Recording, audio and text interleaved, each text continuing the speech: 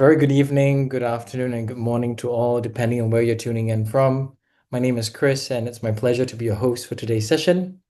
We are also joined by Associate Professor Liu Yuqi as our distinguished panelist. And it's really my great pleasure to introduce our speaker, Dr. Virender Sangwan, who will be presenting on engineering the eye. Dr. Sangwan is an internationally acclaimed ophthalmic surgeon and a pioneer in treating corneal blindness. He has contributed across multiple fronts to our everyday clinical practice. Really, with one such groundbreaking contribution being the Simple Limbal Epithelial Transplantation or SLET technique. And this is a revolutionary method for stem cell transplantation that has restored sight to many patients worldwide. Dr. Sangwan was a former director at the L.V. Prasad Eye Institute, and with experience at Harvard Medical School, he now leads innovation at Dr. Shroff's Charity Eye Hospital. He has also shared his inspiring story in a recently published autobiography titled Unbound, a Nonconformist Guide to Defying Norms and Revolutionizing Healthcare. Without further ado, please join me in welcoming Dr. Sangwan. Dr. Sangwan, please. Yeah, thank you. I'll just share the slides.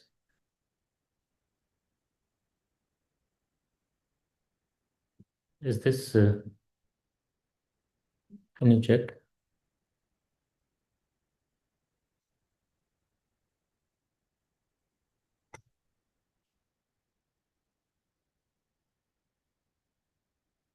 I think you'll have to go there.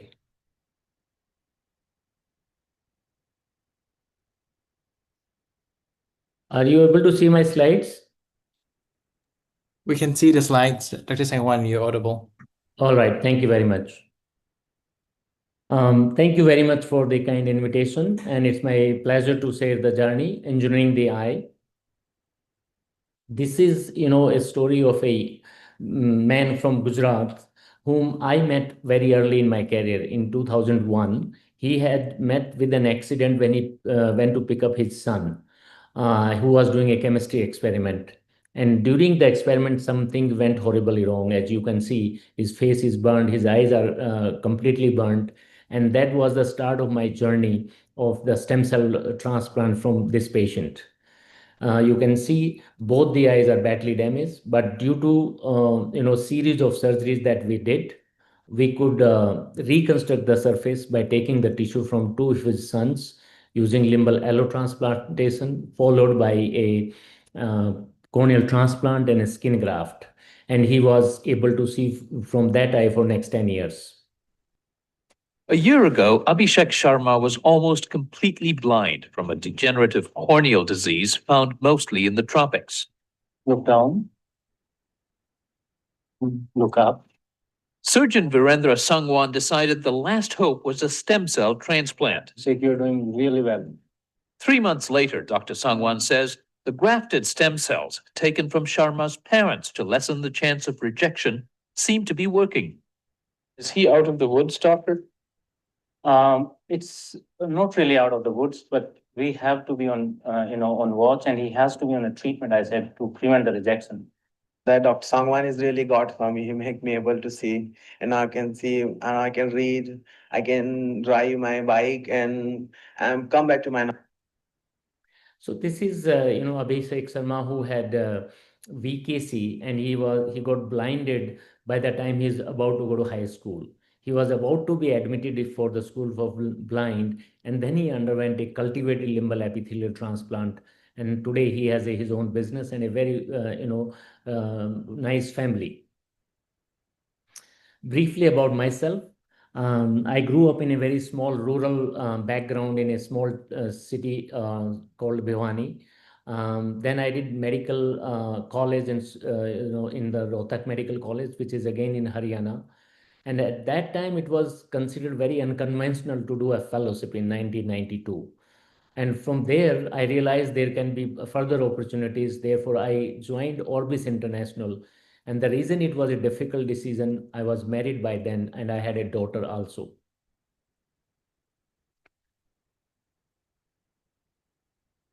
This is the Flying Eye Hospital, which is based in New York. I was initially on DC-8, then we retired the DC-8, then it was DC-10. And I was among one of the 25 staffs, and very quickly I became medical director of the plane and went around about 25 countries. You can see all the countries in 2.5 years, different parts of the world, and gave a great opportunity for me to see the ophthalmology in different parts of the world. Then from there, I landed up at Harvard with Dr. Stephen Foster's lab and did a research fellowship. Another very unconventional decision at that time, and doing a bench work, animal studies. And also, I became the chief fellow very quickly, and therefore picked up administrative duties and skills. When you are in US, everyone doubts your intentions, because I was very clear along with my wife and my daughter that we are here only for studies and not going to stay here. But everyone wanted us to stay back, including my mother-in-law. And there were a lot of other distractions like 5-day working week. For us Indians at that stage, 5-day working week was unheard of. Though, therefore, when I finished the fellowship, when I was going back, almost everyone was very surprised and said, "Oh, you must be very stupid." But I must tell you that was a very good decision. And after 25 years, I feel that it was one of the best decisions. When I joined in LVP in 1998, the stem cells word was just heard in some conferences. And I began to see the patients with chemical burn and a lot of other complicated patients. And I wanted to treat them, offer a treatment. And then I read a paper by Pellegrini in New England Journal of Medicine and Lancet. And from there, my dream of cultivated limbal epithelial transplant started. And this is the process of growing the stem cells. We developed our own technique, and this technique involved taking a limbal biopsy, growing the cells on the amniotic membrane for 2 weeks, and then transplanting, as you can see in the video clip. This is a amniotic membrane with monolayer, and you can, on the bottom, you can see this very nice monolayer. And this protocol is now published in Nature Protocols in 2010, and it's the standard of care now. With this technique, we published a huge amount of data in peer-reviewed literature showing around 70% success rate of this technique. And then we realized that this technique can be practiced only in big hospitals, in big cities, may not be possible to practice everywhere. And that's where the technique of SLET comes in picture. And in 2009, later 2009, we started designing this surgery and started doing it. You can see a short video clip of very advanced ocular surface disease with total limbal stem cell deficiency with symblephrone. And when you see these surgeries being done, and after clearing the pannus, you can see the cornea is there, and you can put those explants directly on the eye, on the cornea, and put a fibrin glue as shown in this video clip. And then within 2 to 3 weeks, as we observed in the lab, you can see the surfaces reconstituted or regenerated. This is how the pictures looked before and after. This is 3-year follow-up. And now if you see 10-year or more follow-up, this paper is already published by LVP group. This is 12-year. The results is still maintained very well. Another patient, 12 years follow-up. And then when you see their confocal microscopy of those eyes operated and unoperated, you'll not be able to make a difference now. It looks that there is a perfect regeneration of the corneal epithelium, and it is maintained over 10 years. These are the confocal microscopy of the corneal fibers, corneal nerves, which are again regenerated, and hence the stability of the results. The most important part of this technique, SLET, is this is very cost effective. Say, for example, CLET, when we used to do, it was very expensive, about $7,000, and a CLET-based technique, holoclar, used in Europe in some parts, it's about 85,000 euro. So this cost benefit economic analysis was published in BZO 2021. So this technique has been very, very democratizing the stem cells, and now it is standard of care all over the world. When we are doing the SLET, we observed like this patient after 4 months, there's a lot of scarring, and we thought we may have to do a corneal transplant or a DALC. Patient wanted to wait, and we started seeing him every year.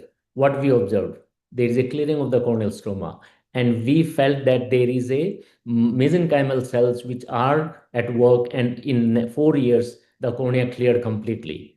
And from there, when we are growing the cells, we observe that there are mesenchymal cells in the cultures, and then we compared them with bone marrow derived mesenchymal cells, and we found that these mesenchymal cells play a significant role.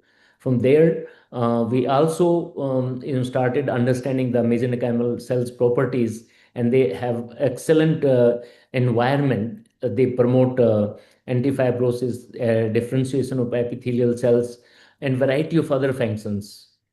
At the same time, as research at Harvard, Dr. Sunil Chauhan was working on mesenchymal cells in a mice model, and he demonstrated and published that from mesenchymal cells, if you harvest HGF, which basically prevents the conversion of fibroblasts to alpha SMA positive myofibroblast, can reduce the inflammation and scarring. And this is a pharmaceutical based product.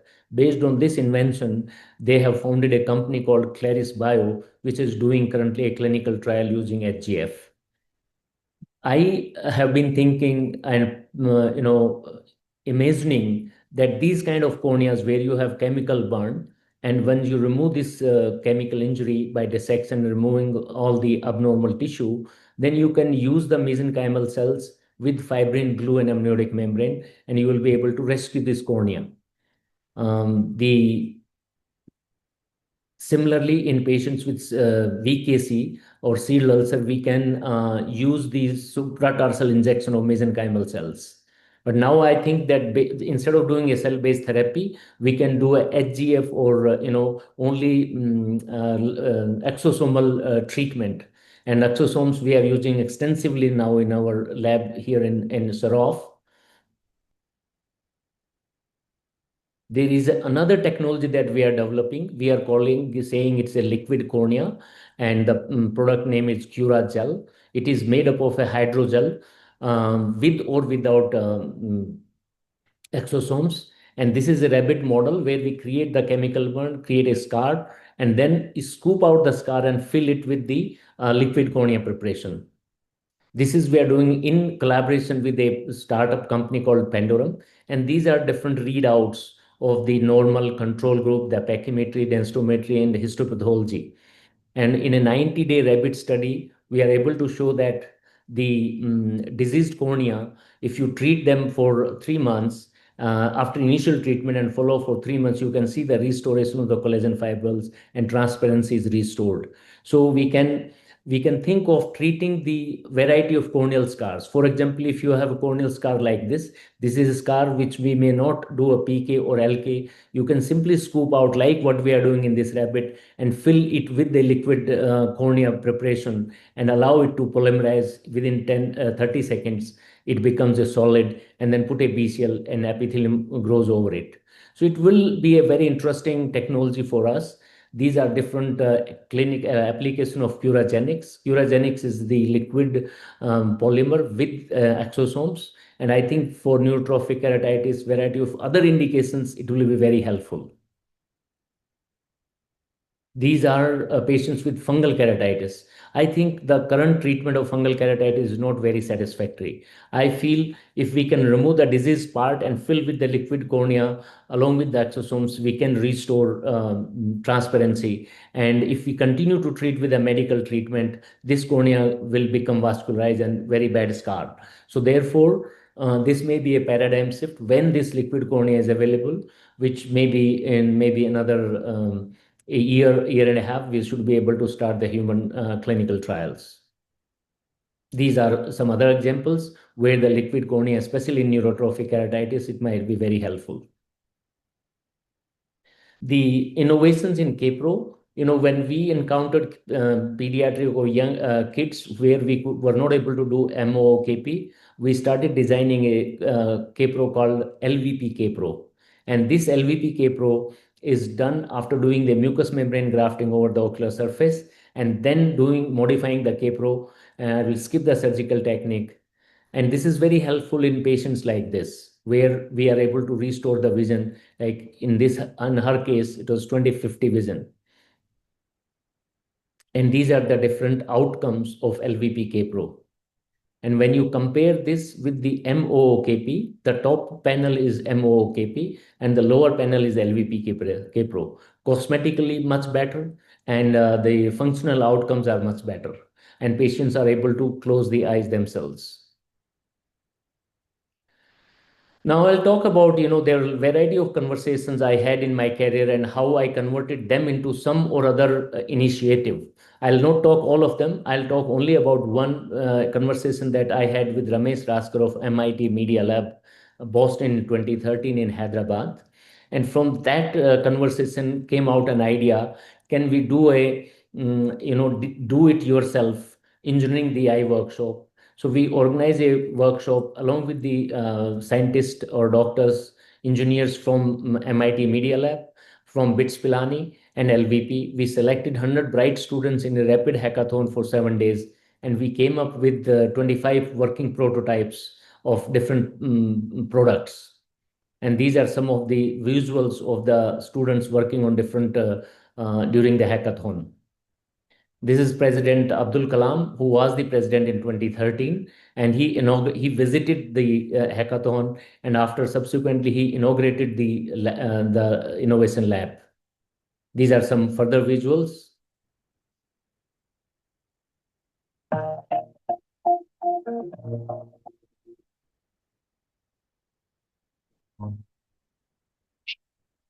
Main vision of Srujana Innovation Center is to find technological solutions to eye problems, which needs engineers to develop those solutions.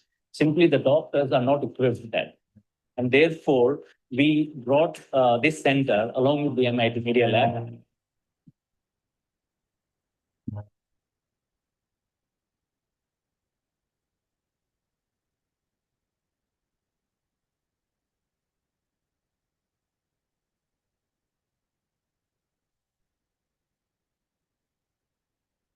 I'm Janvi Chaudhary. I'm currently in my fourth year, BTech in ECE at IIIT Hyderabad. I'm an electrical engineering graduate. My name is Sandu. I'm a mechanical engineer by profession. When different minds come together, we get a lot of knowledge from each of them because there's always something we can learn from any person, something new we can learn from them. So having so many minds together working for a good cause is very useful. This week can help us actually get all our devices into deployment.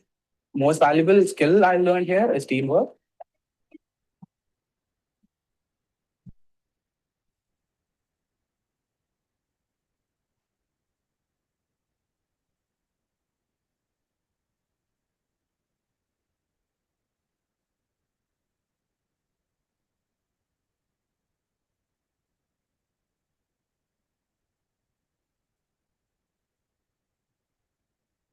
So now I'll update you what is the status of the products there. Now this center, Srujana Center for Innovation in LVP, is 10-year-old, and it's called Center for Technology Innovations. As we saw, this was inaugurated by then President Dr. APJ Abdul Kalam, and it is the probably only example at that time, a innovation center in an eye hospital anywhere in the world.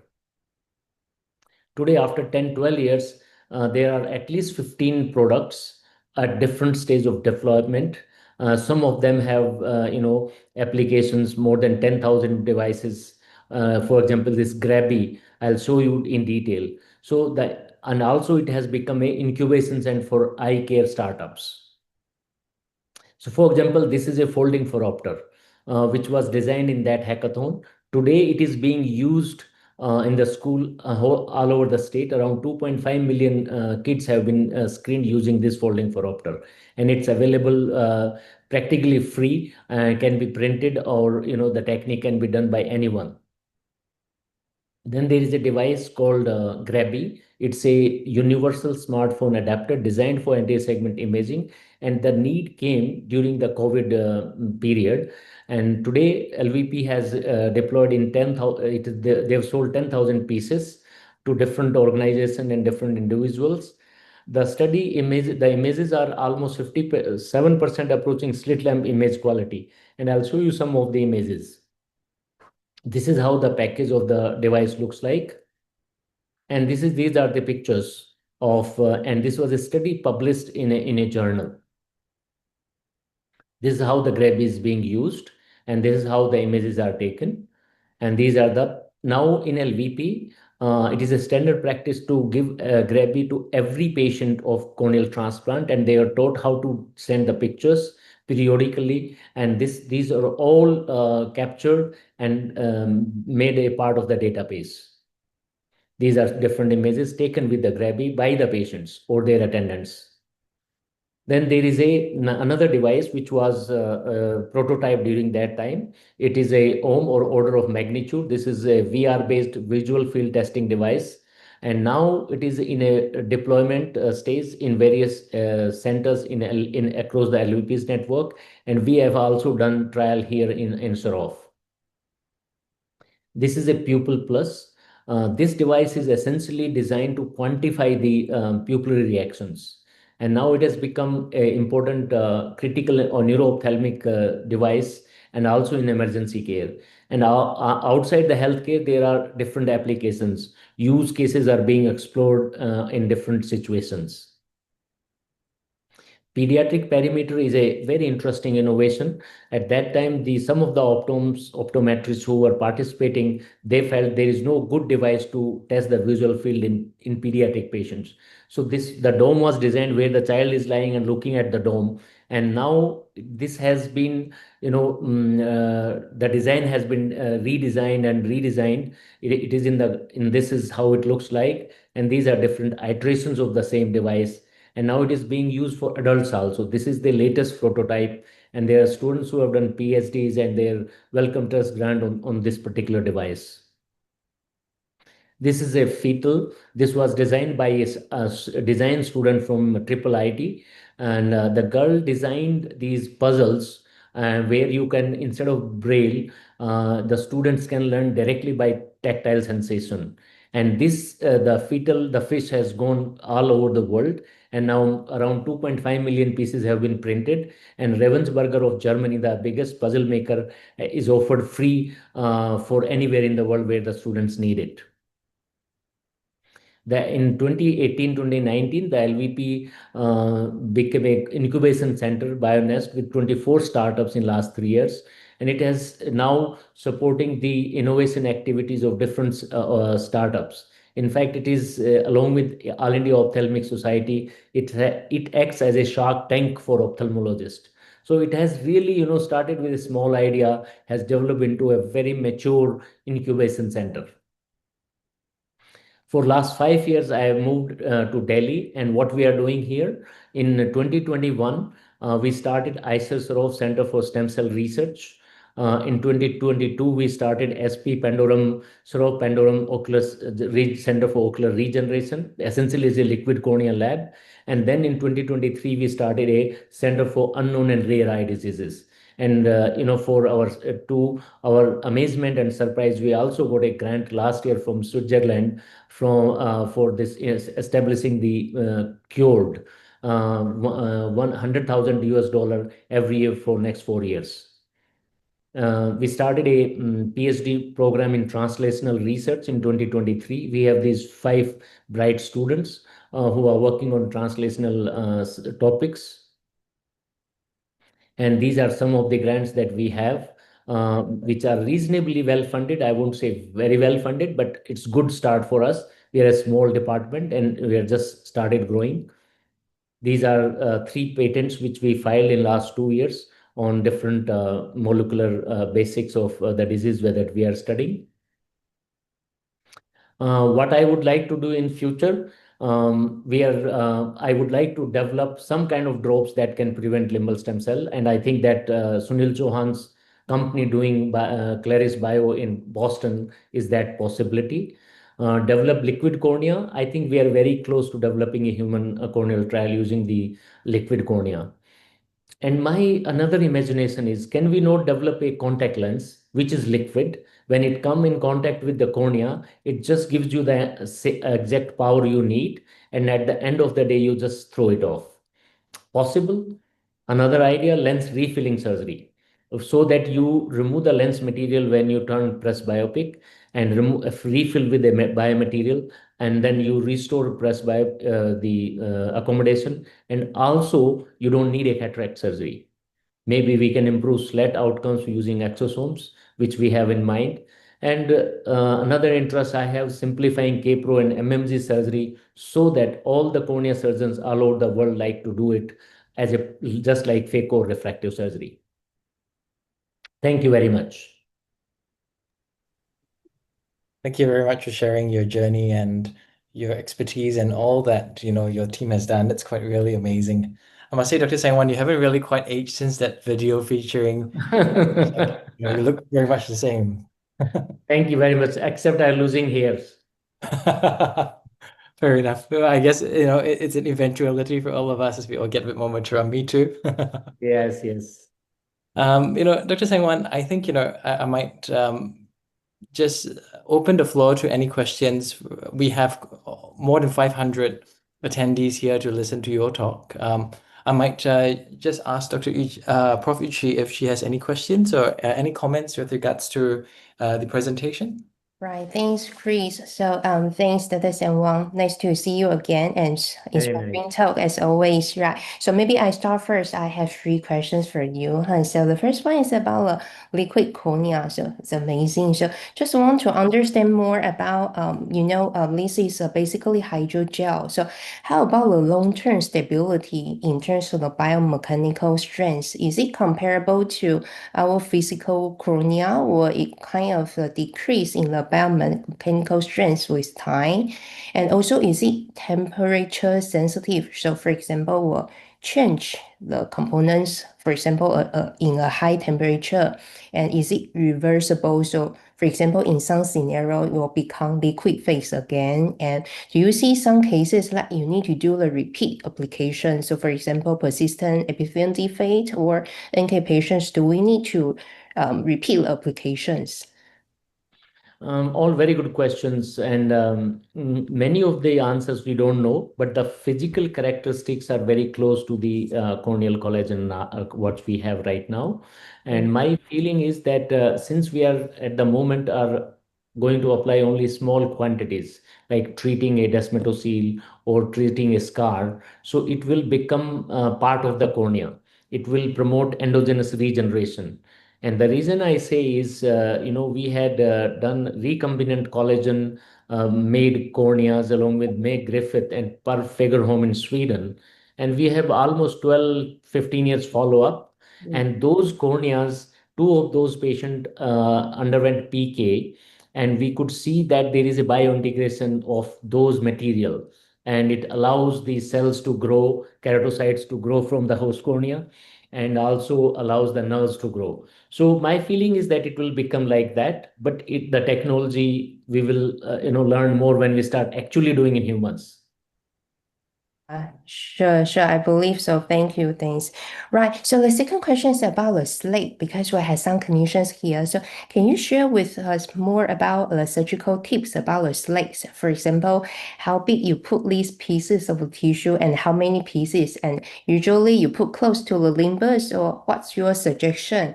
Yeah. And for the SLET, now there are many techniques. Different surgeons have evolved, but my technique essentially remains the same, which I started developing in 2009. So that is as follows. I take limbal biopsy about 1.5 millimeters in arc length and about 0.8, 0.9 millimeter in wide. And then I would chop into 10 to 12 pieces or more. The pieces should be small as you can handle them.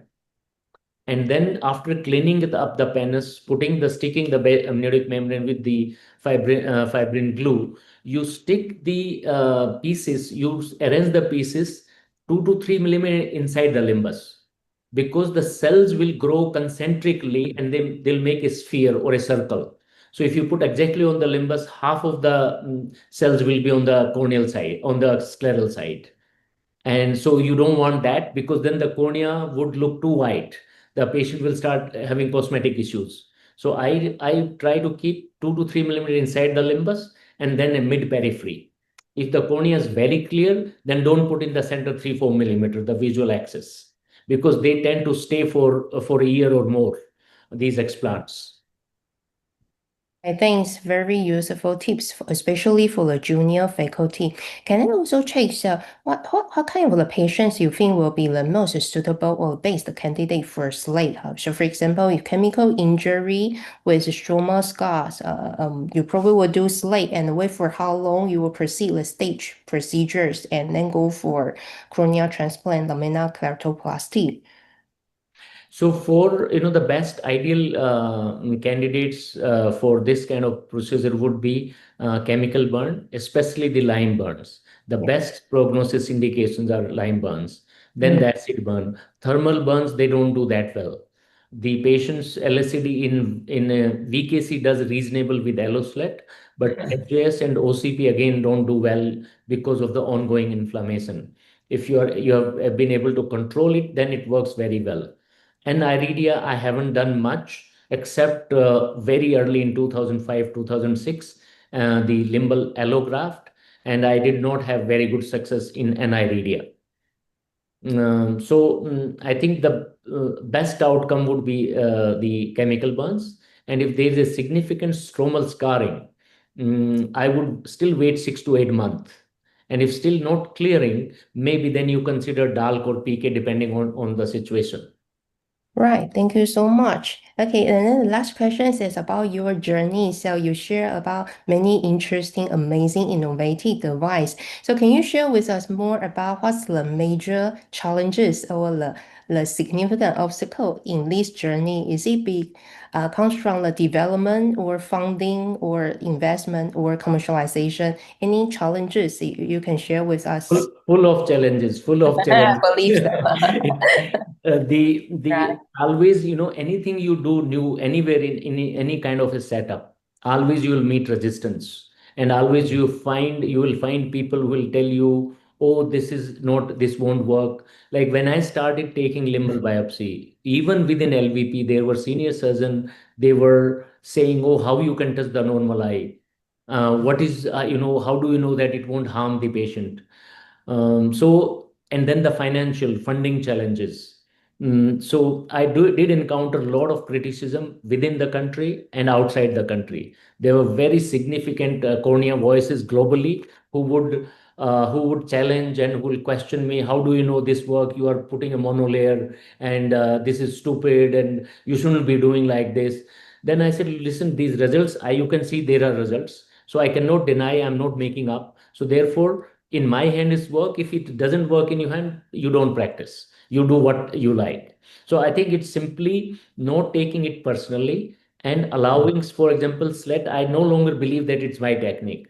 I believe it is everyone's. If those who are able to produce good results, they use it. Those who are not happy don't use it. And there are more than 80, 100 papers, peer-reviewed papers on SLET now. In just 10 years, 10, 12 years.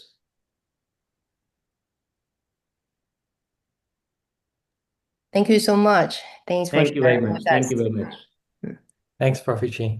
Dr. Sangwan, I think your talk about a lot of the innovative devices and incubator startups that yourself and your team have propagated has generated quite a bit of interest.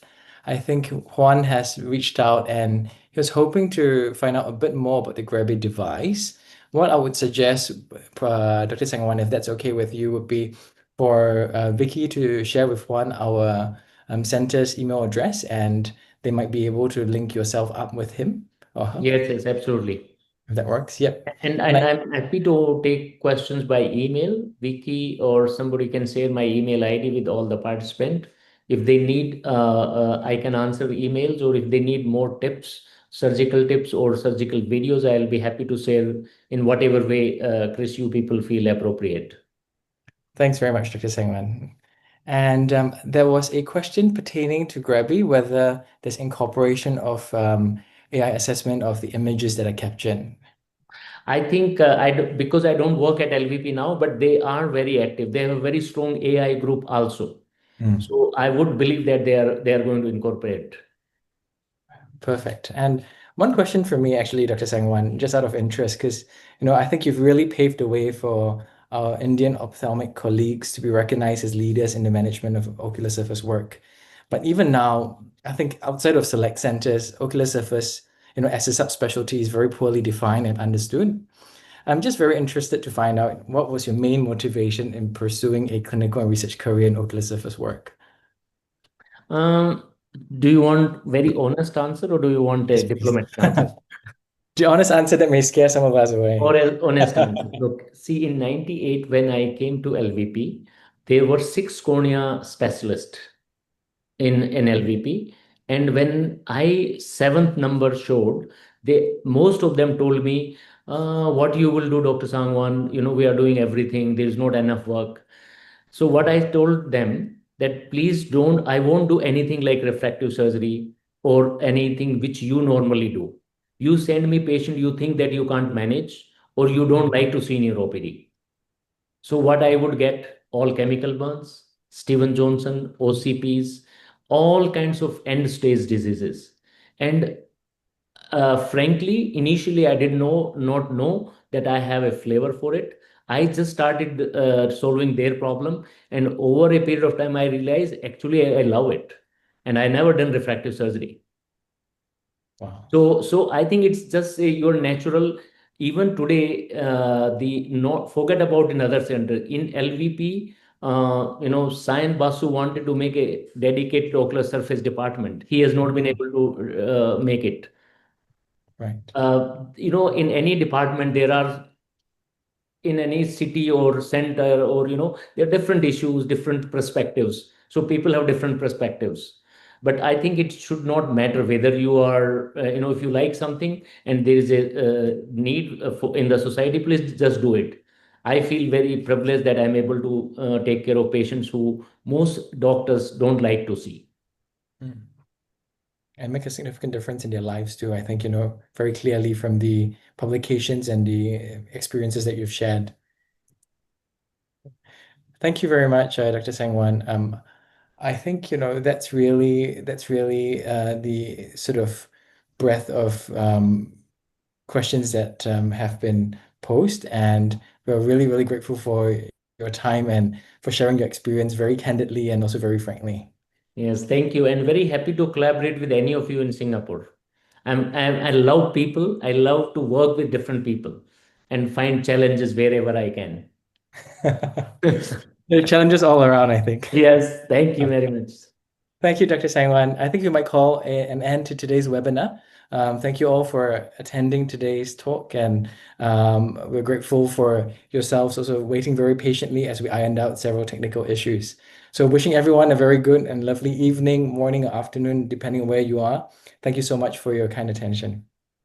Thank you, Dr. Sangwan, and thank you, Prof. Uchi. Bye-bye. Thank you. Bye. Bye.